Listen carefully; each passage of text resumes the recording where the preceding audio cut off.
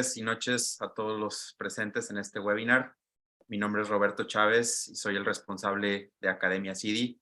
Es un gran honor para mí y quiero agradecer a los organizadores por el gran tiempo que han puesto y sobre todo por el arduo trabajo. A continuación les voy a presentar a Miriana Mariusi, que ha sido una gran asociada en este proyecto, y ella les dará la introducción a Academia CIDI y a los ponentes del día de hoy. Muchas gracias. Hola, yo soy Miriana Mariusi, soy residente de diagnóstico por imágenes del Hospital Austral en Buenos Aires, Argentina. Les quiero dar la muy bienvenida al primer webinar del año de la Sociedad Iberoamericana de Inclusionismo. Este es uno de los muchos proyectos de la Academia CIDI. Vamos a tener un webinar a cada 2 meses durante el año con distintos temas en la radiología intervencionista. Y estos webinars están organizados por la Academia CIDI, que está conformada por socios de distintos países que comparten un objetivo común, que es promover la formación académica y divulgación científica de la radiología intervencionista, ¿sí? Hoy vamos a abordar un tema muy interesante de forma multidisciplinaria, que es el carcinoma hepatocelular por medio de casos clínicos. Tenemos a 3 invitados. Nuestros invitados de hoy es la doctora Eva Criado, radióloga intervencionista desde el Hospital Parc Taulí, Barcelona, España. El doctor Lucas McCormack, cirujano de hígado, vías biliares y páncreas, jefe del Servicio de Cirugía Hepática y Trasplante Hepático del Hospital Alemán, Buenos Aires, Argentina. El doctor Manuel Mendizábal, jefe del Servicio de Patología del Hospital Universitario Austral, Buenos Aires, Argentina. Y como moderadores tenemos al doctor Patricio Méndez, cirujano y radiólogo intervencionista del Hospital Alemán, Buenos Aires, Argentina, y también secretario de Asuntos Científicos y Congresos del CII, y el doctor Héctor Ferrell, radiólogo intervencionista del LSU Health de Nueva Orleans, Estados Unidos, y miembro también del comité del programa científico de CII. Bueno, vamos a arrancar con un caso presentado por la doctora Eva Criado, después seguimos con un caso del doctor Héctor Ferrell, y después, por último, un caso del doctor Patricio Méndez. Les recuerdo que el webinar es interactivo, por lo tanto pueden hacer preguntas en el apartado de preguntas y respuestas, y posterior, una vez que se termine, vamos a subir el contenido al canal de YouTube de CIDI.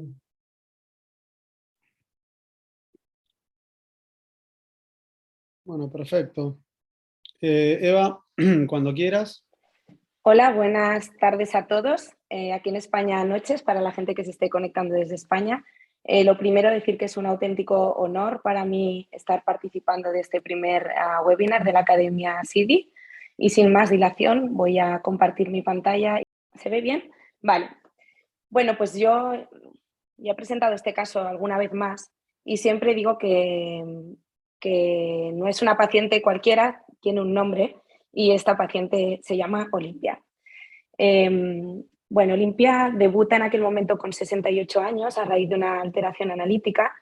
Le realizan pruebas de imagen y lo que se observa es esta gran masa compatible con un carcinoma hepatocelular de 12 centímetros que ocupa los segmentos centrales del hígado, el 8, el 4 y el 5, como veis, sin hepatopatía conocida, un hígado no cirrótico. La paciente no tenía hábitos tóxicos, sin antecedentes de interés, no había tratamientos previos y, como veis, la alfa-fetoproteína era de 56.000, más de 56.000 y un CA19-9 de 46. En este momento se plantea el caso, se presenta en el comité, en el Tumor Board, y lo primero que se piensa es una paciente candidata a cirugía. Bueno, como podéis ver en el TAC hay varios factores que nos dejan la cirugía un poco difícil. La primera es que, como veis, tiene una compresión de la vía biliar intrahepática que le producía una ictericia, una bilirrubina de 2,4 a expensas de la directa. El remanente hepático que nos quedaba, segmentos 2 y 3, era de un 20% escaso. Y además el tumor, dado su tamaño y su localización, era borderline. Por tanto, en este momento se plantean diferentes opciones que vosotros en casa pues, podéis valorar y podéis pensar un poquito qué es lo que creéis que haríais en este caso. Hay opción de cirugía, otra opción es hacer una radioembolización, una quimioembolización, hacer un tratamiento sistémico directamente, poner un drenaje biliar o hacer una embolización portal. Bueno, con estos hallazgos que os acabo de comentar, se pensó que lo primero que queríamos hacer era estabilizar este tumor para después controlar, para después hacer lo necesario para hacer una cirugía de resección. Y para esto se decidió hacer una radioembolización con un drenaje biliar previo. Sí, Lo primero que se hizo, ¿perdón? ahí le puedo hacer una pregunta a Manuel y a Lucas, a ver qué conducta habían tomado, así lo hacemos un poco interactivo con ellos. Claro, Porque antes de la decisión, a ver qué hubieran hecho ellos, porque la verdad lo del drenaje, a ver, yo lo veo y me parece una buena decisión, lo del drenaje biliar, antes de hacer un procedimiento que va a generar obviamente un proceso inflamatorio en el hígado, como todos sabemos. Pero bueno, nosotros capaz tenemos una mirada un poco sesgada, quiero escucharlos a Manuel y a Lucas, a ver qué opinan. adelante. Bueno, Lucas, ¿querés que empezar vos o puedo arrancar? Arrancá vos, así te pego después. Siempre el cirujano después del clínico, está muy bien. Bueno, la verdad que es muy interesante el caso, sobre todo porque es un hígado sano y bueno, rara vez vemos hepatocarcinomas y de tanta magnitud en hígados que no tienen hepatopatías crónicas. Una pregunta, Eva, es a nivel vascular, ¿no tiene ningún tipo de trombosis venosa? No. Es evidente. Sí que tenía afectada por el tumor la vena suprahepática media. O O sea, comprimida, digamos. infiltrada, pero no Infiltrada. trombosis tumoral. Está bien, perfecto. Bueno, a ver, si voy repasando un poco las opciones, no me quiero jugar al cirujano, pero me parece que sería un desafío muy grande para Lucas poder enuclear ese tumor, una localización centrohepática de difícil acceso y si tenía ya comprometida uno de los vasos, bueno, la recurrencia iba a ser lógicamente mucho más rápido. Y concuerdo con la radioembolización, al menos nosotros en los tumores de gran tamaño, arriba de 6, 7 centímetros, sin duda nos orientamos hacia esa opción. Tenemos, bueno, en Argentina dificultades a veces en cuanto al costo y eso a veces nos limita en la decisión, pero uno no tiene que dejar de hacer el ejercicio e intentar ofrecer la mejor opción posible, que también está en línea con los nuevos criterios o algoritmos del BCLC, que son los que por lo menos nosotros en el Hospital Austral tratamos de seguir. Y este es un nódulo bien definido, de gran tamaño, así que algún tipo de embolización sería la mejor opción, y creo que el CIRT en este caso sería superador al TASE por el volumen. Y en cuanto al drenaje biliar, es 2,4 la bili. Bueno, ahí yo no sé si eso podría traer algún tipo de complicación a la señora en cuanto a prurito o disconfort, pero no lo veo mal poder drenar la vía biliar y hacer la embolización luego. La verdad que se escucha bien. Sí. En términos generales, bastante de acuerdo, digamos. Es un tumor, como dijiste vos bien, en hígado sano, o sea, no hay muchas guías. El BCLC se basa básicamente en hígado cirrótico. Este es un hígado sano. La resecabilidad es una lesión central, está en contacto con lo que sería el pedículo del hígado remanente que uno a futuro puede llegar a dejar, que es el hígado izquierdo, porque está en contacto ahí con el recesor Rex de la puerta izquierda. Como que tiene algo de... uno puede tener una expectativa de tener que hacer una sección quizás sin márgenes, ¿no? Como decías vos recién, Manuel, en algún sector no poder dar margen bueno de seguridad oncológica, con lo cual si uno puede hacer una reducción de tamaño preoperatoria, la verdad que sería favorable, ¿no? Yo no sé si arrancaría con drenaje biliar, la verdad que con 2,4 me parece que si el tumor responde, esa bilirrubina va a bajar sola.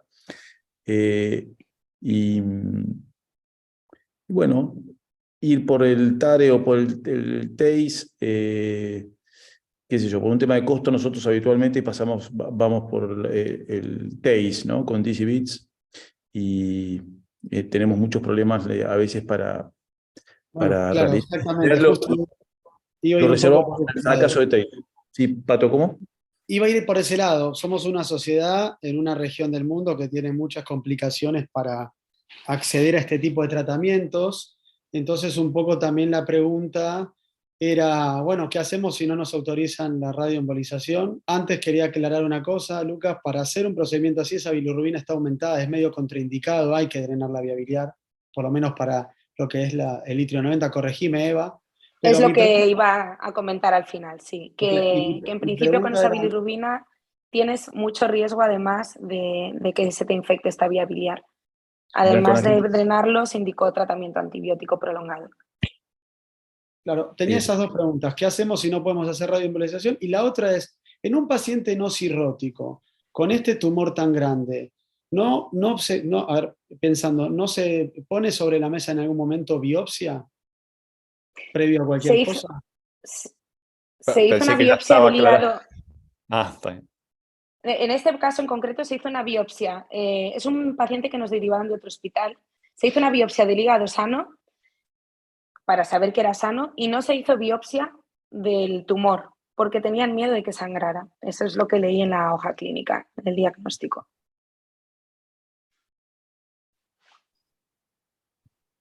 Bueno, O sea, yo había asumido que teníamos tejido histológico confirmatorio. Tiene un alfafeto muy alta, ¿no? Exacto. Pero yo creo que viendo el costo del procedimiento, inclusive como decía recién Lucas, el DC-Bits, tal vez sea más económico, pero no deja de ser costoso. Yo creo que cualquier obra social o prepaga solicitaría tal vez tejido tumoral. Así que una pregunta corta. daría la vuelta. Si uno va por la opción, Pato, te lo hago a vos, si uno va por la opción del TEIS en vez de la radioembolización, con 2,4 de bilirrubina en un paciente que no tiene colangitis, ¿es necesario también drenarlo? Drenar la vía.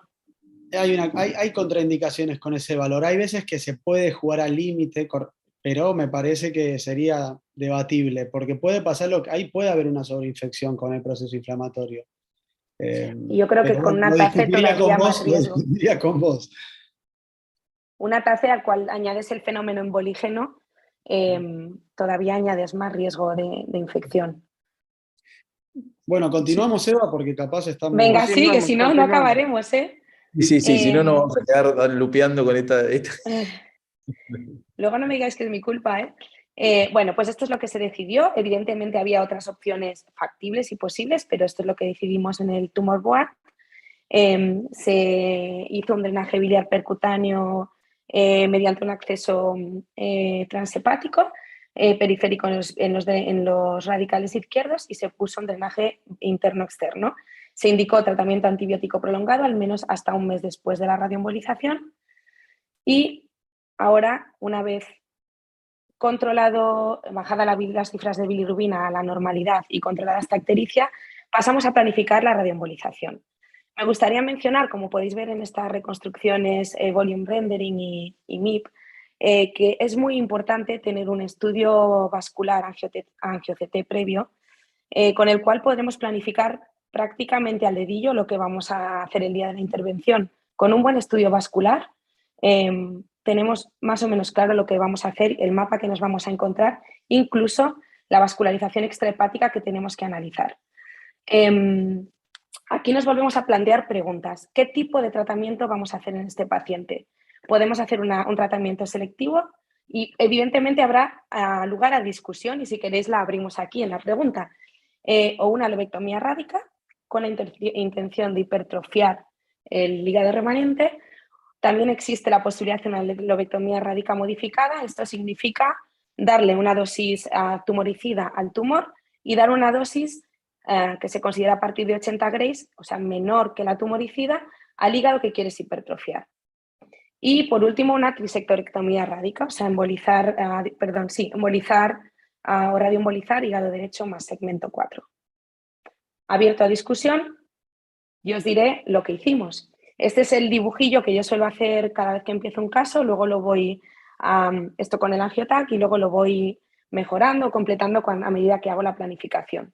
En Olimpia, debido a que habíamos tenido que poner un drenaje biliar y por razones de dosimetría, un tumor muy, muy, muy grande, decidimos hacer un tratamiento selectivo, tratar solamente el tumor, con el objetivo además que después íbamos a hacer una resección hepática. ¿Queréis abrir discusión sobre qué hubierais hecho o sigo? Héctor, ¿vos qué pensás? Yo estoy de acuerdo con lo que planeó Eva. Yo haría lo mismo y yo creo que en esencia de tiempo Yo creo que sí, que va, porque esto se va a poner más interesante todavía. Vale, bueno, voy a seguir. Entonces, lo primero que hicimos, dado que ya teníamos la sospecha con un tumor tan grande y en la localización que estaba, decidimos ir a buscar primero ramas extrahepáticas que podrían ser sospechosas de nutrir el tumor. Descartamos aporte de la renal derecha, la suprarrenal y la inferior, de la gástrica izquierda que salía junto con una frénica inferior derecha y, interesantemente, ya en el angiotac encontramos una arteria que salía craneal y a la derecha de la arteria mesentérica, que como veis es una arteria pancreática dorsal, que tiene una rama aberrante que va por el plexo peribiliar y que da lugar a una vascularización importante tumoral. Lo que hicimos con esta rama fue embolizarla para redistribución vascular y que no afectara aquí al resto del tratamiento. Una vez estudiadas las ramas y descartado el aporte vascular extrahepático, pasamos a investigar a las ramas intrahepáticas. Como podéis ver, es un tumor muy grande y altamente vascularizado. Las ramas que menor aporte vascular daban eran estas ramas que podéis ver aquí, del segmento 4A y 4B. Aquí tenéis el 2 y el 3, este es el 4A y el 4B. No pudimos entrar selectivos en la del 4A, pero sí en la del 4B y también la embolizamos para redistribución. El objetivo de la redistribución es después no tener que hacer muchísimas inyecciones, sino con 2 o 3 máximo tener el tumor tratado. Eva, Y ¿te puedo hacer una pregunta? Sí, por supuesto. Es una pregunta técnica. Por lo menos Sí. yo en algún momento vi que en algunos servicios hacen embolizaciones de estas arterias para redistribución, pero muchas veces con Espongostán. ¿Vos qué pensás de eso? A ver, el tema es que si nosotros ponemos aquí partículas que van a tapar la arteria, no nos va a llegar el litrio o el olmio, no va a llegar. Claro, pero no, mi pregunta era, es capaz vos en un momento querés tapar una arteria, pero que después, a ver, hoy por hoy, por ejemplo, no, a ver, hay algunas arterias que capaz no las querés tapar para redistribuir el flujo, pero vos decís que tiene que ser algo permanente, tiene que ser un material como un coil, no puede ser un material como el Espongostán, para que sea transitorio, que esa redistribución no termina afectando. Claro, aquí lo que quieres es que te llegue el litrio desde otras ramas. Si tú quieres, Perfecto. si tú embolizas con Espongostán es para proteger una rama, que es diferente No, por a eso lo que era más estamos para haciendo. protección. Bien, perfecto. Esto más para redistribución. Me quedó clarísimo. Exactamente, eso Bárbaro. es. Vale, pues al final lo que encontramos fue básicamente 3 ramas nutricias tumorales intrahepáticas, todas de la arteria hepática derecha. Aquí se realizaron las 3 inyecciones de macroagregados de albúmina cargados con tecnecio 99. Un poquito el dibujillo que he hecho, así un poquito mejor hecho. Aquí podéis ver lo que se ha hecho. Estas son las ramas del segmento 4A y 4B con el objetivo de redistribuir. Esta es la rama pancreática dorsal que tenía un origen independiente de la aorta que embolizamos. Y estas son las 3 inyecciones de la arteria hepática derecha en las que pretendíamos distribuir nuestra dosis. Impresionante. El SPECT-CT que se realizó inmediatamente después de la planificación mostró una correcta distribución del radiotrazador sin fugas extrahepáticas y el shunt hepatopulmonar era del 4,5%. Estas imágenes de la derecha de estos volúmenes no son de Olimpia porque se borraron, pero me sirven para ilustrar cómo calculamos la volumetría y cómo hacemos la segmentación. Entonces, para calcular los volúmenes en estos casos tan complejos, lo que hacemos es hacer una inyección de cada rama en la que vamos a tratar, hacemos un estudio rotacional, un COMBIN-CT, y después calculamos los volúmenes de cada inyección. En este caso se decidió administrar una dosis de una dosis absorbida al tumor de 140 grays, lo cual suponía 2,2 gigabecquerelios de actividad, dividida según estos volúmenes en un 50, 35 y 15%. El día del tratamiento, pues exactamente igual que se hizo la planificación, se realizaron las 3 inyecciones según estos cálculos que os comentaba. Y este es el PET-CT que realizan nuestros compañeros de medicina nuclear, que mostró una correcta distribución del fármaco, en este caso era itrio 90 con microesferas de resina. Y este es el estudio que podemos hacer después con un software que es el MIM. Entonces, gracias.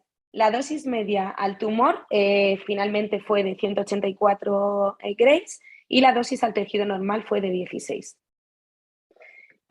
Aquí tenéis el TAC basal. Eva, te hago una pregunta Sí. técnica. Sí. ¿Tenés preferencia, depende alguna cuestión técnica con las esferas de vidrio o las de resina? Por el material, viste que una es más embolígena que la otra. La verdad, empezamos con las de vidrio. Los primeros casos que tuvimos algunas complicaciones porque comenzamos ya hace muchos años y en aquel momento se administraban 150 grays a saco a todos los pacientes y a todo tipo de tumores, era como se funcionaba. No se utilizaban estos softwares que se utilizan ahora y nos pasamos a la resina. A mí hay dos cosas que me gustan de la resina y que una es que puedes ver lo que estás haciendo, que puedes administrar contraste, cosa que no pasa con el cristal, y otra cosa es la flexibilidad, es decir, que tú el mismo día que tratas puedes cambiar a última hora la repartición de la dosis si tienes cualquier imprevisto de última hora. Y también puedes hacer planificación y tratamiento en la misma estancia, en el mismo día. Son tres cosas que me gustan. Es verdad que es más embolígeno y creo que produce más dolor, porque lo de que no produce dolor me parece una utopía y sí que cuando hay tumores tan grandes los pacientes tienen dolor y tienen un síndrome post-radioembolización importante. Creo más con la resina que con el cristal. Y con el olmio hemos hecho algunos casos y en principio bien. Y en un caso así no harías 2 sesiones. En un caso así, precisamente porque lo que queríamos simplemente era un control tumoral para hacer todo lo posible y todos los tratamientos neoadyuvantes para poder tener o realizar una cirugía más o menos precoz, decidimos hacer uno con una dosis suficiente para tratarlo. Perfecto. No te molesto. Pues aquí veis, vale, no, tranquilo, lo que haga falta. El TAC de control a los 3 meses lo podéis ver abajo, ya veis que están habiendo áreas de necrosis central importantes y esta sería una fase venosa donde podéis ver lo mismo. Ya veis que el paciente sigue llevando su drenaje y estamos empezando a tener un área importante de necrosis central. Una pregunta rapidísima, Eva. Sí. ¿Qué tan bien toleró la paciente este tratamiento? Estupendamente. O sea, estuvo lo que he dicho del dolor, por ejemplo, en este caso, sí que tuvo un síndrome por radioembolización unos 4 días, pero no fue un dolor importante, fue bastante leve. Vimos que estamos ahí medio justos. Vale, entonces, bueno, ya tenemos hecho el tratamiento y en este momento se nos plantea el siguiente paso. Tenemos que el futuro remanente hepático, los segmentos 2 y 3, suma un 20%, en total 361 cc de volumen. ¿Y qué procedimientos elegiríais para producir una hipertrofia del futuro remanente hepático en este punto? Hacer una lobectomía rádica, podríamos hacer un segundo tratamiento, pero bueno, no era lo que habíamos decidido. Hacer una embolización portal, hacer una deprivación venosa hepática, hacer un ALPS o ninguna de ellas porque 20% es suficiente. Aquí quizás Lucas, sí que estaría bien preguntar al cirujano y al hepatólogo, a Lucas y a Manuel. Sí, bueno, gracias. Me dio la sensación de que las ramas del 4, portales del 4 estaban tapadas por el tumor, con lo cual una embolización portal derecha, creo que las ramas anteriores de la porta derecha, las que van del 5 al 8 también están tapadas, como que habría que hacer una embolización del 6-7 nada más. A mí me parece no que... No estaban tapadas, ¿eh? ¿No? No estaban trombosadas. No estaban, bueno, o sea, desde el punto de vista quirúrgico, o se hace una embolización o se hace lo que se llama el ALPS, que es partir directamente el hígado, ligar la porta y a los 7 a 10 días hacer la resección con el hígado hipertrofiado. Pero probablemente en este caso me parece que sería mejor ir a hacer una embolización portal preoperatoria, ¿no? Previa con la volumetría a las 3-4 semanas y ver cómo hipertrofia. Y hay 2 posiciones. Algunos van a la deprivación venosa del hígado derecho, haciendo una embolización de la porta derecha de inicio, y otros lo hacen si la hipertrofia no fue lo suficiente, entonces lo hacen en un segundo tiempo. Están esas 2 posiciones, todavía no se sabe bien cuál es la mejor de las 2, pero es una opción más también. No sé si alguno tiene experiencia. No, yo no tengo mucho más para agregar porque acá ya es más técnico quirúrgico, pero me impresiona que seguiría tal vez con la embolización portal para ver si podemos tener mayor retracción del tumor y que eso eventualmente, según la evolución, facilite el trabajo de los cirujanos más adelante. Ok, pues lo que nosotros decidimos hacer fue una deprivación venosa hepática prequirúrgica. A los 3 meses de la radioembolización se realizó una embolización de la porta, de la vena suprahepática derecha y de la vena suprahepática accesoria. Y esto se decidió porque en teoría se produce con la doble embolización una hipertrofia más acelerada y de mayor cuantía, sin aumentar la morbimortalidad y hipotéticamente aumentando las tasas de resecabilidad. Primero se debe comenzar siempre por la embolización portal. En este caso hicimos un acceso. Como podéis ver, la porta está completamente permeable, salvo quizá esta ramita del segmento 4 que está pequeñita y aquí quizá había otra, pero bueno, todas las ramas de la puerta derecha estaban permeables. Se realizó una embolización empleando un acceso ipsilateral con un catéter reverso y un microcatéter y se embolizó con glue en una dilución de 1:6. Posteriormente, y también con un acceso transhepático, como podéis ver aquí, se accedió a la vena suprahepática derecha y lo primero que hicimos fue una flebografía enclavada en el origen de la suprahepática derecha. Como podéis ver, hay importantes comunicaciones intratumorales y periféricas con la vena suprahepática accesoria y con la media, que estaba prácticamente ocupada por el tumor, como veis aquí. Por eso se decidió no embolizar la media. Desde este acceso de la derecha accedimos directamente con un catéter guía a la accesoria, se embolizó completamente con coils de liberación, microcoils de liberación de alto volumen y de liberación controlada, tipo Ruby, y después fuimos a la a la vena suprahepática derecha, se puso un dispositivo oclusor con PTFE. Importante decir que cuando se haga hay que dejar un margen suficiente para los cirujanos de al menos 1 centímetro para que ellos luego puedan clampar esta vena, y distalmente, una vez puesto este oclusor, ya podemos jugar un poco y se pusieron microcoils lo diré algún día, microcoils que se llaman de embolización líquida, tipo pod, packing pods, y al final se acabó, y algo de glue en dilución 1,2, y al final se acabó embolizando el tracto de entrada con un oclusor. Este es el resultado final, con el hígado que se iba a resecar totalmente embolizado. Comienza a haber hipertrofia y aquí podéis ver el TAC a los 3 meses, arriba el basal, y después a las 3 semanas después de la doble deprivación.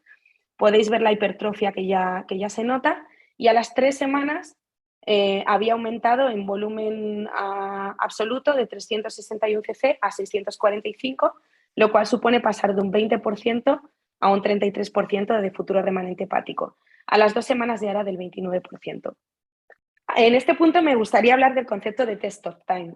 Hacer el tratamiento con radioembolización nos permitió un margen de tiempo de espera suficiente como para comprobar esta biología del tumor, que el tumor no era demasiado agresivo, pero no debe ser demasiado largo como para poder tener una progresión. Por eso decidimos hacer un tratamiento que nos hipertrofiara el hígado rápidamente. Y finalmente, y tras todos estos procedimientos, 5 meses después de la radioembolización, Olimpia pudo ser operada. Fue una cirugía compleja, era una hepatectomía derecha ampliada con una anastomosis en 2 bocas. Como podéis ver en las imágenes, o igual no lo podéis ver, pero yo os lo explico, en verde, aquí tenéis las 3 suprahepáticas, en rosa las derecha y media, y aquí tenéis en verde la izquierda, estaba en íntimo contacto con el margen del tumor. Lo que hicieron los cirujanos, porque fue un R1, fue ablacionar todo este margen de resección con radiofrecuencia. Y este es el reporte de anatomía patológica. Fue un CHC moderadamente diferenciado, PT3, con extensas áreas de necrosis tumoral mayores del 80% y focos de inflamación aguda en relación a fenómenos de embolización. Aquí tenéis la pieza.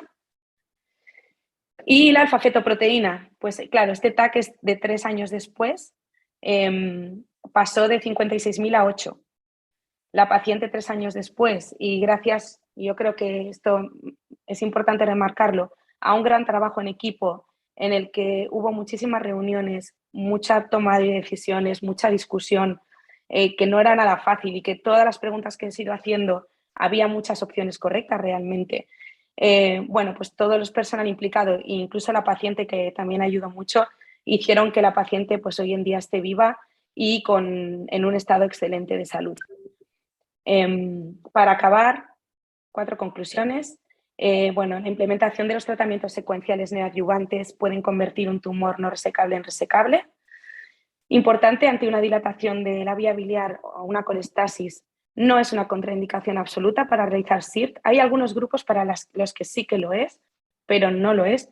Y sí que necesitamos bajar esta bilirrubina por debajo de 2. En cuanto a la radioembolización como técnica previa a la intervención quirúrgica, la importancia que hemos visto de planificar bien y el concepto de test of time para valorar la biología tumoral y evitar la progresión. Y en cuanto a las técnicas de obtención de hipertrofia para aumentar el futuro remanente hepático, valorar en los tumores de tan gran tamaño si queremos hacer un tratamiento selectivo o una lobectomía rádica. Hay que tener siempre en cuenta cuestiones de dosimetría y en qué estado está este futuro remanente hepático. Y valorar las opciones entre una embolización portal o una deprivación venosa hepática, que bueno, que es una técnica que ya está bastante validada, lo que hay son estudios de cohorte, pero cada vez que se está estudiando más y en breve saldrán resultados de estudios más importantes. En teoría conseguimos mayores tasas de resecabilidad sin añadir morbimortalidad. Bueno, Y el muñequito este que ha ido apareciendo todo el rato, pensar, pensar, pensar, discutir y planificar, yo creo que es la clave en estos casos tan difíciles. Y aquí a la izquierda de colorines tenéis a Olimpia, que está estupendamente hoy en día. Y ya está, muchas gracias. impresionante, muy bueno, Eva, el caso. Una pregunta del Gracias. foro que surgió es ¿cuánto tiempo esperaron para la cirugía? Para la cirugía se hizo 5 meses después del comienzo de los tratamientos neoadyuvantes. Es decir, 5 meses después del primer drenaje biliar. Porque decidimos esperar 3 meses a hacer la embolización. ¿Y a cuánto de la deprivación hepática? A las 3-4 semanas. Bien. Yo la pregunta, Eva, perdón, Eva, yo la pregunta Sí. que tengo, el caso fenomenal, y me parece que es lo que tú dices, un gran trabajo de equipo. Mi pregunta es, en los intervalos de las embolizaciones, la embolización portal, ¿quién estaba a cargo del manejo médico de la paciente? Los cirujanos de hepatobilio pancreático, sobre todo ellos. Pero en íntimo contacto con nosotros continuamente para cualquier cosa. Bien. Un tirón del drenaje, cualquier chorra, todo era consultado. Y como digo, además este caso venía de otro centro, o sea que todavía creo que tuvo más mérito el que hubiera tanta comunicación. Bueno, tengo una cortita para el doctor Mendizábal después. Y pasamos al caso de Héctor. Y obviamente, Lucas, si querés aportar también. Manuel, una pregunta. ¿Hay lugar en estos casos para pacientes que capaz no tienen un buen performance status, que hoy está ahí saliendo tantos trabajos para la inmunoterapia? Sí, a ver, puede ser una opción en el caso de que no tengas ningún tipo de posibilidad de hacer una quimioembolización. Hay estudios por ahí un poco viejos ya, ¿no? Que comparan, por ejemplo, TARE con sorafenib, donde, bueno, al ser sorafenib no es la inmunoterapia actual, donde en algunos no mostraron mucha diferencia en cuanto a la sobrevida o control tumoral. De todas maneras, día a día vamos teniendo mejor control o mejor conocimiento de la inmunoterapia. Esto es nuevo para los hepatólogos. Y el performance status es importante, Patricio, porque si no es bueno, no es candidato. La verdad que la inmunoterapia, este performance status es 2 o más. La verdad que no estaría indicado en ese caso. Así que hay que tener cuidadoso y hay que estar atento y selectivo y también manejarlo de manera multidisciplinaria. Lo que han hecho acá en este caso es un buen ejemplo de eso. Una preguntita, Eva. ¿El objetivo de la reducción de tamaño tumoral se consiguió o se evitó la progresión nada más? Y obviamente la deprivación fue exitosa, eso casi un 100%, 80-90% de hipertrofia. Pero me parece que faltó la reducción de tamaño, ¿no? Es que el objetivo real, ojalá se hubiera reducido, ¿eh? Tuvo una discreta reducción, pero el objetivo era controlar el tumor, que no creciera mientras hacíamos todo lo demás. Quizá, no es que, y es verdad, podríamos haber aumentado la dosis al tumor, porque al final hicimos un tratamiento selectivo. O sea, la pregunta Si hubiera es sido, lógica. la pregunta es, si hubiera sido... Yo le hubiera metido más caña. Claro, mi Claro. pregunta es, con una radiation lobectomy del derecho, ¿no hubiera llegado capaz a la misma hipertrofia y poder llegar también a una cirugía? Seguramente sí, pero como he dicho, en este caso se optó por la vía prudente, porque teníamos un drenaje izquierdo que se podía complicar, que se podía infectar, que podíamos quedarnos sin hígado izquierdo, y entonces queríamos dejar la mayor cantidad de hígado derecho sano posible por si se nos complicaba esto. Pero hubiera sido, si no hubiéramos tenido el drenaje biliar y la dilatación, hubiera sido una opción perfectamente válida. Ahora, pensad que la hipertrofia con la radioembolización tarda entre 3 y 6 meses. Bien, por eso, porque capaz eso también, a ver, era una segunda opción. Pero bueno, bárbaro. Sí. Vamos pasando al de Héctor, así nos da Muy la válida, hubiera sido válido exactamente igual. Bien, bárbaro. Sí, sí. Vamos Gracias. adelante con la otra presentación, Eva. Mil gracias, Héctor Ferral, y yo estoy en Nueva Orleans, y el caso que les voy a presentar es otro caso que me parece bastante interesante, que tiene mucho que discutir. Este paciente es un paciente de 49 años, es un paciente indocumentado, es de México, pero está aquí en Nueva Orleans. Tiene historia de alcoholismo intenso desde los 19 años de edad. Y inicialmente este paciente fue visto por el grupo de gastroenterología de nuestro hospital. En abril del 2021 tuvo una hemorragia por varices esofágicas. Pueden ver aquí abajo las imágenes de las varices que tenía este paciente. Se hizo el bandeo de varices en abril de 2021 y después del bandeo fue manejado con beta bloqueadores, con carvedilol 6.25 2 veces al día.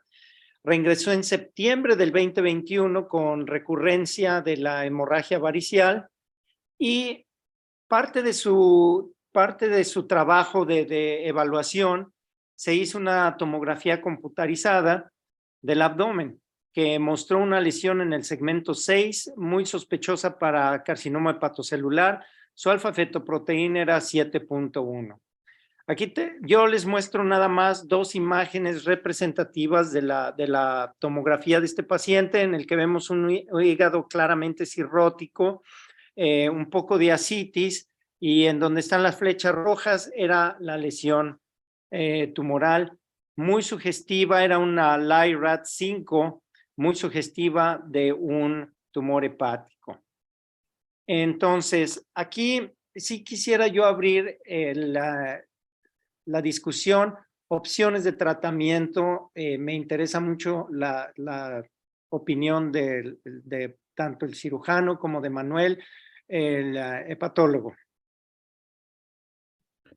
Sí, da la sensación que es un child C, es un paciente descompensado de su hepatopatía de base y tiene una lesión única. ¿El tamaño es arriba de 20 milímetros? El tamaño era de 3.2. 3.2. Nosotros habitualmente a ese paciente lo que hacemos es incluirlo en la lista de espera para trasplante hepático y hacer tratamiento de puente con TACE, con quimioembolización. Eso es lo estándar que hacemos. Manuel. Sí, coincido. Los dos trabajamos en un centro de trasplante, así que esa inclinación la tenemos. De todas maneras, me parece que en cuanto a la indicación de trasplante no quedan muchas dudas. Hemorragia varicial, ascitis, hepatocarcinoma. El problema a resolver es todo el hígado, no solo esa lesión. Y en cuanto al tratamiento puente, bueno, habría que ver, si bien la citis no es muy amigable para hacer algún estudio de intervención, habrá que ver la funcionalidad hepática. Me gustaría ver esa bilirrubina, ver esa albúmina, la coagulación, a ver si no está, bueno. Aquí están Lo los pedís, lo resultados. tenés. Ahí están los resultados. Desafortunadamente, y por eso lo incluí en mi primera laminilla, este paciente es indocumentado, con lo cual la opción para trasplante hepático aquí en Estados Unidos está fuera de la mesa, definitivamente. El paciente estaba a pesar de que la tomografía se veía tan mal, su ECOG era 0, su MEL sodio 11 y el Child-Pugh B limítrofe, porque en realidad no tenía encefalopatía. Su principal problema era que, de hecho, la bilirrubina, como pueden ver aquí, la bilirrubina era normal para este paciente. Tenía una bilirrubina de 1.3 limítrofe, el INR 1.4 y la creatinina normal. Así que su MEL sodio era 11. Entonces, el grupo de gastroenterología y patología este caso se discutió en nuestra sesión multidisciplinaria y decidieron enviarlo a nosotros para terapia dirigida. Otra desventaja para este paciente, siendo indocumentado, no existe la posibilidad de radioembolización para él, porque de otra forma hubiéramos hecho radioembolización, sino que simplemente en este paciente, dada la condición social, y esto es importante discutirlo aquí, porque aquí en mi hospital vemos muchos pacientes en la misma situación social, que sabemos que hay tratamientos que son los ideales, pero debido a su condición social no son candidatos a ellos. Entonces nos los mandaron a nosotros para terapia dirigida, básicamente un TACE convencional. Mi pregunta aquí es, ¿qué harían ustedes primero? ¿El TACE o un TIPS? Porque este paciente tiene ascitis y este paciente lleva 2 resangrados. Sí, a ver, está muy buena la situación social, porque en cierta manera es un poco lo que hablábamos, Héctor, en el caso previo, en la posibilidad o el acceso de CIRT en algunos países latinoamericanos.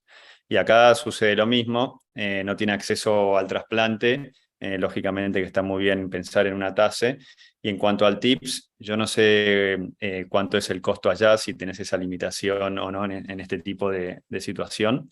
De todas maneras, el paciente tuvo resangrado, habría que ver si él hizo su plan de erradicación completa de las varices de manera prolija, si estuvo tomando el carvedilol y estaba realmente beta bloqueado. Hay que ver si la profilaxis secundaria se llevó a cabo de la manera correcta o tal vez el paciente por su situación social no acudió a los controles que requería. Si el paciente hizo todo de manera prolija, entonces, bueno, por ahí pensarían en colocarle un TIPS. Si ahí nos quedó todavía margen para optimizar la profilaxis secundaria, entonces seguiría con el bandeo. Igualmente aquí, excelentes puntos, y nosotros igual, este caso es muy similar al que presentó Eva en el aspecto de que este paciente iba siendo discutido en nuestra sesión multidisciplinaria paso por paso. Decidimos hacerle TIPS primero porque a pesar de que lo habían bandeado un par de veces, el paciente es bastante disciplinado.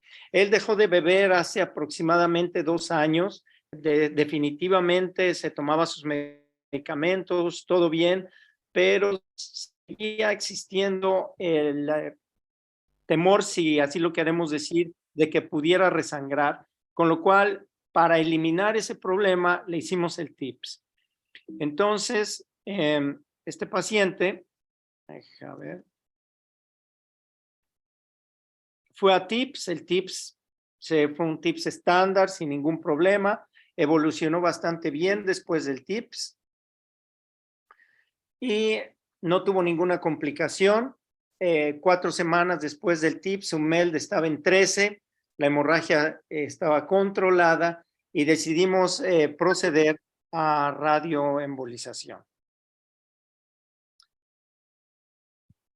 La radioembolización se la hicimos el 29 de marzo del año pasado. Perdón, Héctor. Dímelo. Quimio, ¿no? Sí, quimioembolización, perdón. Quimioembolización. Con lipiodol, doxorubicina, 50 miligramos, y después la idea era hacer una embolización con Ivalon de 100 a 300 micrones. Les muestro estas fotos porque pueden ver que las arterias de este paciente son más allá de las clásicas arterias del cirrótico, súper tortuosas y muy difíciles de cateterizar. Podíamos ver el tumor perfectamente bien, aquí lo tienen, pero cateterizar la arteria para llegar selectivo, súper selectivo a este tumor fue bastante difícil. Lo logramos. Una pregunta técnica. Sí. Perdón. La decisión de usar lipiodol y más parece más como una conventional taste y no usar esferas precargadas, ¿es porque realmente no hay mucha evidencia que sean mejores o por un tema de asistencia social médica del paciente? De hecho, es muy interesante esa pregunta porque yo tengo experiencia tanto con esferas que eluden drogas y con TACE convencional, con el TACE convencional. Decidimos hacerle TACE convencional por discusión interna. A mí, en realidad, no tengo mucha preferencia de uno o el otro, y en realidad no creo que haya una evidencia total de que uno sea mejor que otro. Sin embargo, hemos tenido muy buena experiencia nosotros con el TACE convencional aquí. Y esa fue la decisión que hicimos. Y en realidad, técnicamente, ustedes aquí pueden ver estas arterias sumamente tortuosas. El microcatéter solamente lo pude llevar a esta arteria, que era la principal arteria que daba flujo al tumor. Pero fíjense qué interesante, durante la embolización hubo sangrado intratumoral. El sangrado nunca me lo pude explicar porque las guías jamás llegaron tan lejos como esto. El sangrado fue espontáneo. A ese punto dejamos de infundir el lipiodol con la doxorubicina y embolizamos con el Ivalon. Y así quedó esta imagen que ven ustedes hacia la derecha, fue la imagen final de esta embolización, quimioembolización con lipiodol. El paciente, de hecho, evolucionó bastante bien. No, una pregunta al foro, no sé si alguna vez habían visto una hemorragia intratumoral durante una embolización. Para mí es la primera vez que lo veía. Yo, Héctor, sí que las he visto y están descritas y reportadas, sobre todo cuando el tumor tiene lago, esa especie de lagos que se ven a veces venosos, por aumento de la presión de la quimio y de las partículas, se pueden romper y pueden sangrar. Y yo he tenido algún caso, sí. Ok. Paciente evolucionó satisfactoriamente. Él continuó su seguimiento en la clínica de gastroenterología y patología. Continuó el seguimiento con nosotros para monitorizarle su TIPS, etcétera. Y le hicimos una tomografía espectral en mayo del 2022, 2 meses después de la quimioembolización. Y como pueden ver ustedes, pues el tumor se ve óptimamente tratado. Tenemos un protocolo aquí en este hospital que es la tomografía espectral, que es muy sensible al yodo.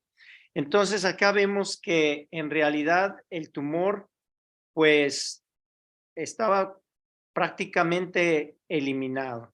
En ese aspecto nosotros estábamos contentos con el resultado y seguimos a este paciente.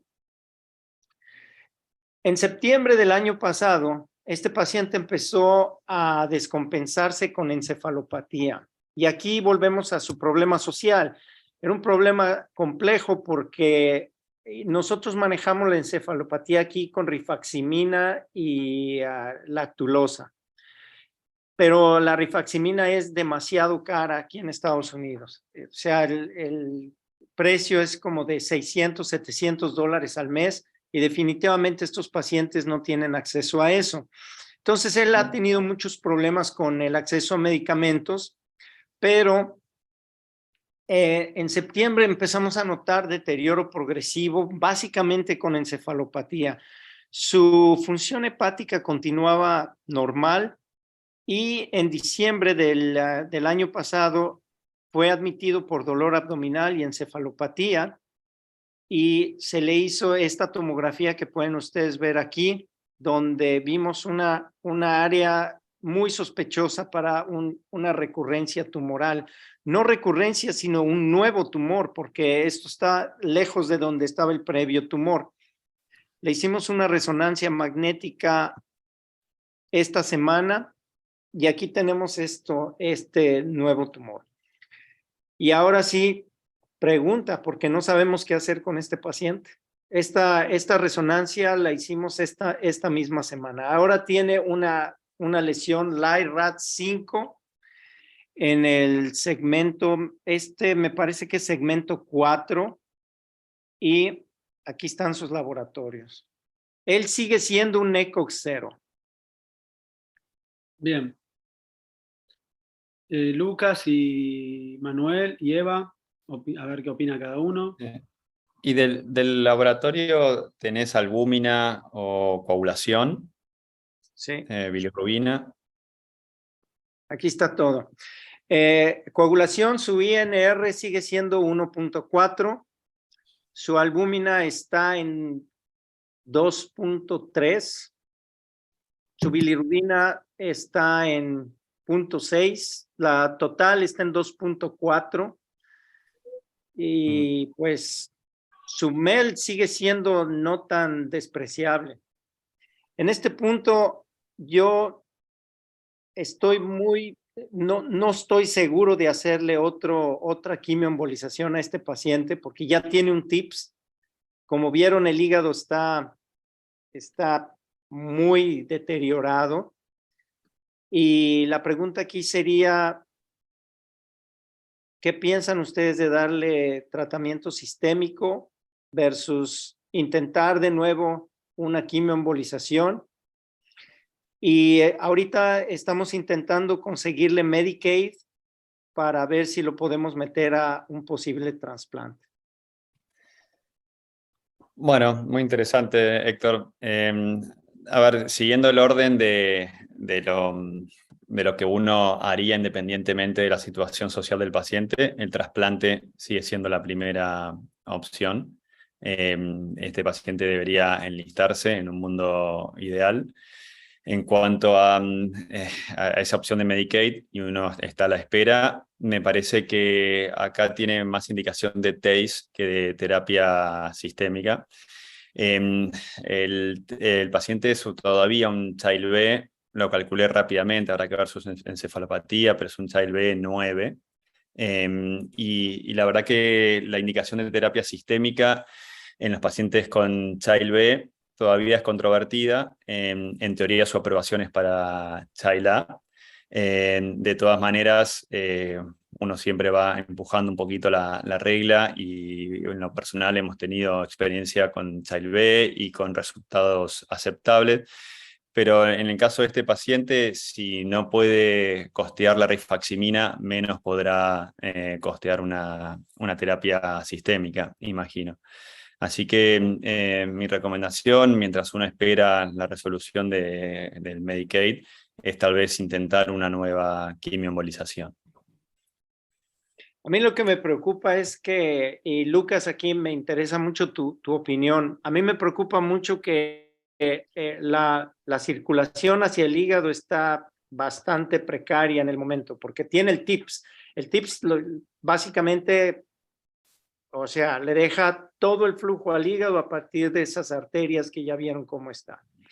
Y haciendo otra quimioembolización, mi principal miedo es que este paciente puede desarrollar una necrosis del área embolizada que se puede complicar. Ese es mi temor con este paciente. Y estoy abierto, Patricio, Eva, si quieren comentar.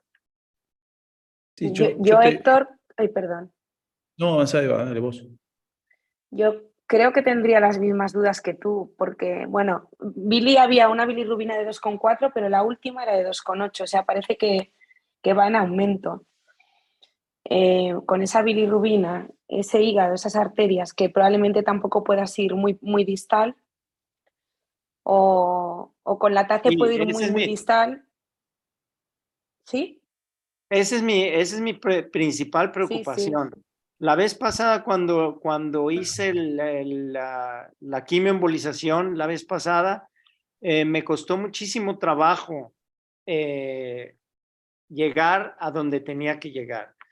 Y pienso que si lo vuelvo a meter a quimioembolización, me va a costar mucho trabajo llegar súper selectivo, que es lo que yo quisiera hacer. Bueno, si no puedo llegar súper selectivo y lo trato de embolizar muy proximal, se me va a necrosar gran parte del hígado. Lucas, ¿vos qué estabas por decir? No, iba a decir, entiendo los miedos que tiene Héctor, ¿no? Obviamente de no hacer una super selectiva y necrosar el segmento y que eso lo deteriore, pero me parece que es la mejor chance que se le puede ofrecer por otro lado, ¿viste? Yo haría el intento y siempre puedes decir, mira, no pude y terminó siendo un angiograma, ¿entendés? Una angiografía. Yo intentaría, obviamente no está bueno lo de la bilirrubina, que está un poquito, pero me da la sensación que si uno puede llegar, es un tumor que está difícil también para hacer otro tratamiento local, porque está pegado el diafragma, ¿no? Si bien vi, con lo cual me parece que sigue siendo la mejor opción. Mi miedo, no es una mala opción en algún momento. Dos cosas decía. Mi miedo cuando uno es muy agresivo con las quimioembolizaciones, con los tumores que están tan subcapsulares, es la ruptura también del hepatocarcinoma. Así que tampoco sería, o sea, me parece una nueva sesión no estaría mal. Otra opción que acá en el foro preguntaron, que yo si lo ponemos como puente a trasplante no estaría mal, pero están preguntando sobre hacer una ablación con microondas en este tipo de lesiones. Pero bueno, no tampoco es tan fácil, es una pregunta que puso el foro en algún momento antes de la tesis, si hacen algo ablativo también como puente. Acá una tampoco radioembolización. No, claro, por eso, pero digo, lo ablativo acá tampoco no sería una mala idea, depende cómo está en la parte de coagulación, depende del operador. Yo creo que lo ablativo sería una opción. Como mencionó Lucas, es una lesión que está cerca del diafragma, va a estar difícil llegarle y tener un tratamiento completo. Yo este caso aproveché presentarlo con ustedes porque me interesa su opinión y el viernes tenemos nuestra sesión multidisciplinaria y voy a presentar este caso de nuevo.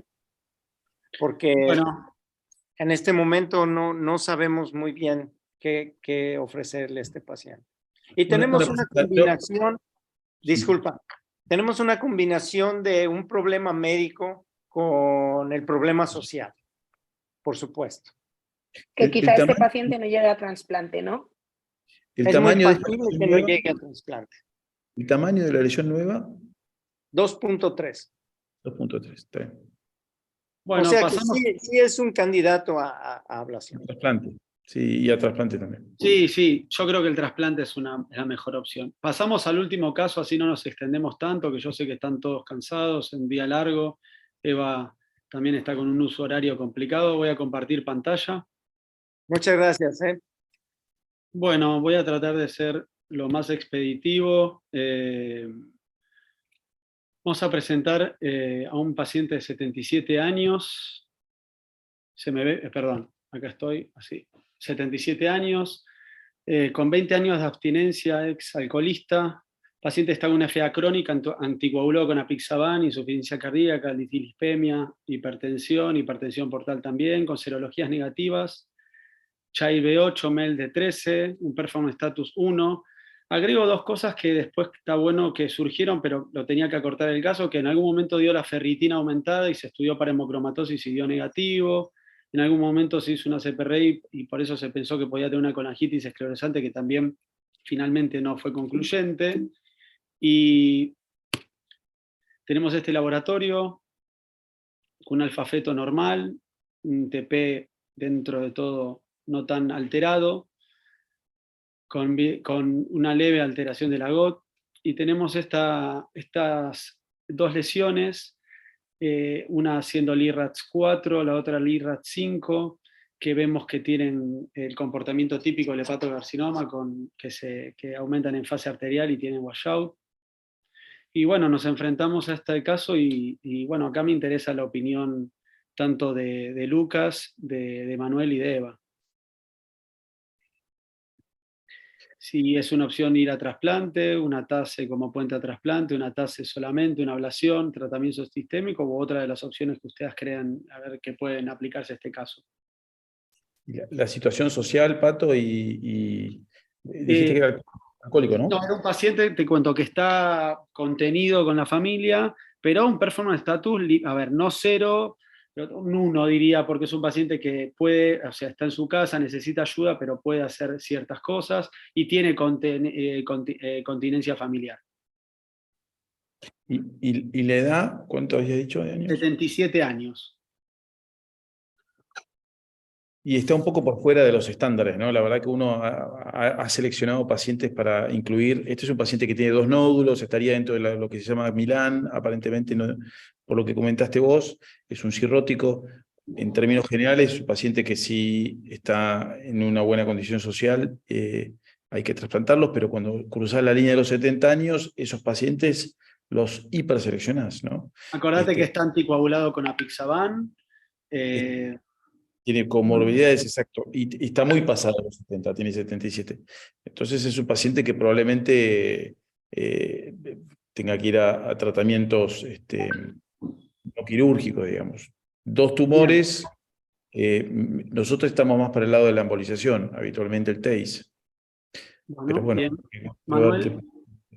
Sí, coincido. Nosotros arriba de los 70 los miramos muy de reojo, hemos trasplantado pacientes más de 70, pero no de 77, y además las comorbilidades que tienen, hipertenso, dislipémico, me imagino que si uno después tiene que coser esa arteria, debe ser una arteria más rígida, ateromatosa, y puede traer problemas de disección y técnicamente hacerlo más dificultoso. Así que coincido en darle una opción al TACE, y para tratamiento sistémico todavía tenemos opciones de embolización, así que no es un tumor difuso, no hay trombosis portal, no está extendido afuera del hígado, así que me parece que la intervención con TACE estaría bien. ¿Vos, Eva? Cortito así, no. Son dos lesiones menores de 3 centímetros, ¿no? Sí, de 18 milímetros y 16, una cosa así. Y son accesibles para tratamiento percutáneo, entiendo. Bueno, bien, me gusta esa respuesta. En mi centro le hubiéramos hecho una ablación. Bien. Hubiéramos intentado. Bueno. Sí, y tampoco hubiera habido posibilidad de trasplante por la edad, sobre todo. Sí, la edad va en su contra. Me parece que una de las lesiones está bastante alta, cerca del diafragma. Si puedes volver a poner la resonancia que tenías. Sí, es una lesión que está alta, pero yo creo que sí se puede llegar. Y la otra pues está mucho más accesible, la que tiene. Sí. Son estos pacientes 6, siempre que no van a ir a trasplante. Me cuestiono si uno no, cuando la ablación es posible está bien, pero hay veces que pacientes grandes, anticoagulados, el TACE va a contener la lesión, podamos obtener buenos resultados, así que también me gustaron las 2 respuestas. Bueno, finalmente nosotros terminamos haciendo una ablación percutánea, la obra social se pensó en el TACE, la obra social no lo autorizó, hablé con el auditor dijo que no, que esto era para él, se podía hacer con radiofrecuencia. Yo en general, hoy por hoy, en estos casos prefiero el microondas, me gusta mucho más la circunferencia que me da para los márgenes, para buscar una ablación a 0, con un margen de 1 centímetro. La radiofrecuencia es excelente, pero hay veces que para mí da márgenes que son medios que no tan esféricos, y acá vemos cómo lo abordamos. Estas fueron tanto la lesión de abajo y por arriba. La lesión de arriba siempre la tratamos de hacer con un sistema coaxial, con un introductor vascular, dado que la punta está lejos y no va a transmitir, para evitar un probable seeding. Acá vemos las 2 agujas colocadas. Aprovechamos los decúbitos. Los decúbitos nos sirven mucho para facilitar la punción, no eran punciones fáciles. Finalmente acá vemos que hacemos unos primeros tiempos, esto fue con radiofrecuencia, como dije, no me autorizaron microondas, y vemos cómo después de haber ablacionado, retiro un poco la aguja y hago una tomografía con contraste para ver los márgenes. Vemos que el halo ablativo está bien, no es un halo tan esférico, y finalmente el control final me quedé bastante conforme. Hice un segundo tiempo en la de arriba, como ven, porque no me gustaba cómo había quedado tanto el margen y como siempre decimos, si no podemos hacer una ablación a cero con un margen de 5 milímetros o de 1 centímetro, hay que replantearse la estrategia. Estoy muy en desacuerdo que se hagan ablaciones con solamente quemar la lesión y no pensar en este concepto oncológico que lo plantea Constantino Sófocles del Memoria, que viene obviamente de la cirugía de R0 y R1 y está demostrando hoy por hoy que muchos trabajos que han hecho que la radiofrecuencia tiene recidivas a los 5 años, yo creo que con el microondas y con este nuevo concepto ablativo esto va a cambiar. El paciente evolucionó favorablemente, estable hemodinámicamente, sin complicaciones inmediatas y se fue después de un día de internación. Hicimos un control al mes de las lesiones, las controlamos con resonancia, las DIOS dieron lesiones tratadas no viables. No me gustan tanto los halos, pero bueno, habrá que ver cómo evoluciona. Creo que, vuelvo a repetir, el microondas hoy por hoy con la disminución del heat sink effect y con la cortado de tiempos hace que, porque la radiofrecuencia al trabajar la impedancia del tejido va cambiando en el momento y eso hace que estos halos sean medio no tan esféricos como a mí me hubiera gustado. Eva, ¿qué opinas bueno, del resultado? Espectacular. Enhorabuena, porque es verdad que no era un caso nada fácil. O sea, la lesión de más en cúpula era difícil de tratar. Sí, técnicamente... También me gustaría dar a la audiencia un concepto que a menudo sucede en nuestro tumor board también, que parece que cuando a un tumor que está en este estadio, o a dos tumores que están en este estadio, no les puedes hacer ablación y le ofreces el siguiente, que es la TACE, parece que ya no vas a curarlo, ¿no?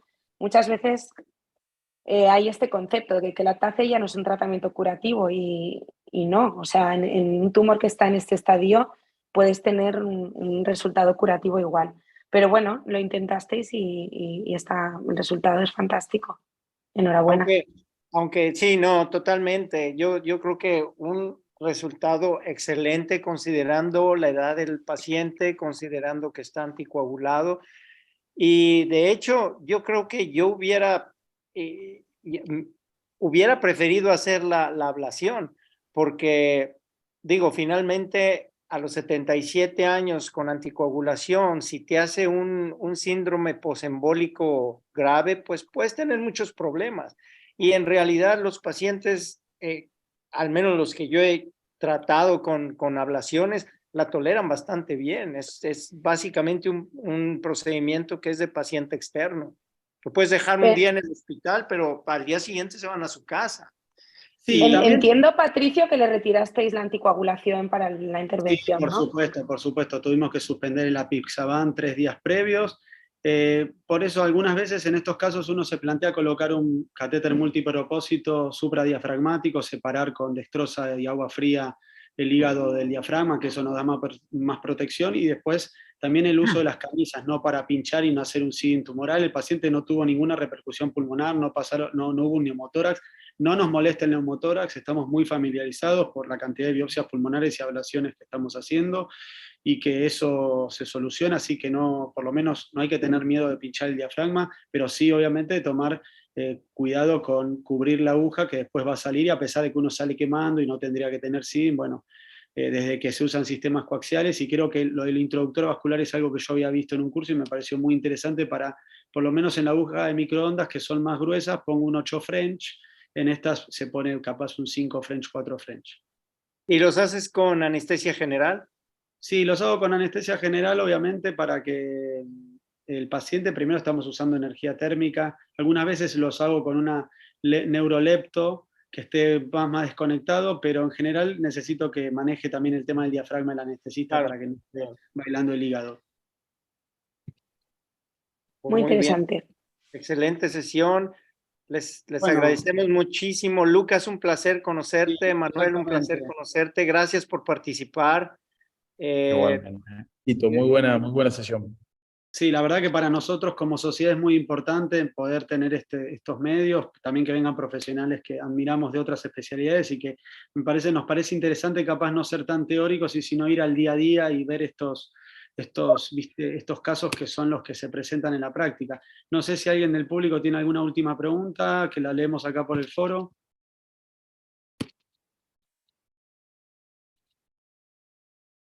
Esperamos un segundo.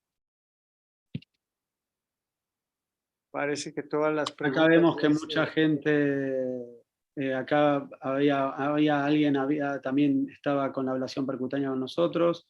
Bueno, veo que no hay ninguna pregunta y también no quiero seguir haciéndole, sé que están todos cansados, es un día largo, Eva es un uso horario distinto y también Manuel y Lucas deben estar cansados. Y bueno, a todos, muchas gracias por participar. Héctor, vos, bueno, nadie más que vos no necesitas presentación, también que estés apoyando este proyecto para nosotros es muy importante. No sé si todos saben que nuestra especialidad es una especialidad joven, pero que viene creciendo de una manera muy acelerada y las personas como Héctor han sembrado un camino para todos los que estamos viniendo desde abajo y él nos está apoyando y para nosotros es muy importante. Así que bueno, les agradecemos a todos. No sé si Vicky querés decir algo sobre la academia para cerrar y con eso estaría. Roberto también. Gracias, Perfecto. gracias a todos los presentes. Este nada más es el principio de la Academia CIDI. Vamos a desarrollarnos, vamos a, sobre todo a mejorar. Es bien importante que nos manden su retroalimentación. Nos súper importa lo que tengan que opinar porque estamos aquí todos por el gran fanatismo que tenemos hacia la educación, no estamos por otro fin. Entonces, háganos llegar sus dudas, comentarios, por el lugar donde quieran, y el email de CIDI, redes sociales, y estamos a sus órdenes. En un futuro vamos a hacer estos tipos de webinars o tumor boards un poco más interactivos, y nos gustaría que potencialmente para el tercer o cuarto webinar que vamos a armar, ustedes nos sugieran de qué quieren que hablemos, y así vamos a empezar a hacer un poco las sesiones más adecuadas a lo que el público esté pidiendo. Muchas gracias a todos. Yo, para cerrar, de verdad, les quiero agradecer muchísimo a Roberto, a Miri, que le han metido muchísimo trabajo a esto. Manuel, Lucas, de verdad les agradezco que participen con nosotros porque para nosotros esto es un proyecto muy importante. CIDI es una sociedad que está creciendo y la verdad es que la adición de gente joven para mí siempre ha sido mi máximo estímulo, el tratar de expandir lo más posible la educación, y gracias a que ustedes graciosamente con nosotros quieren participar y nos apoyan, lo hacemos posible. Así que muchísimas gracias, de verdad, se los agradecemos y creo que para ser el primero no salió tan mal y bueno, esperemos que los que sigan sean mucho mejores. Bueno, saludos para todos. Un saludo. Muchas gracias. Muchas gracias, buenas noches. Buenas noches.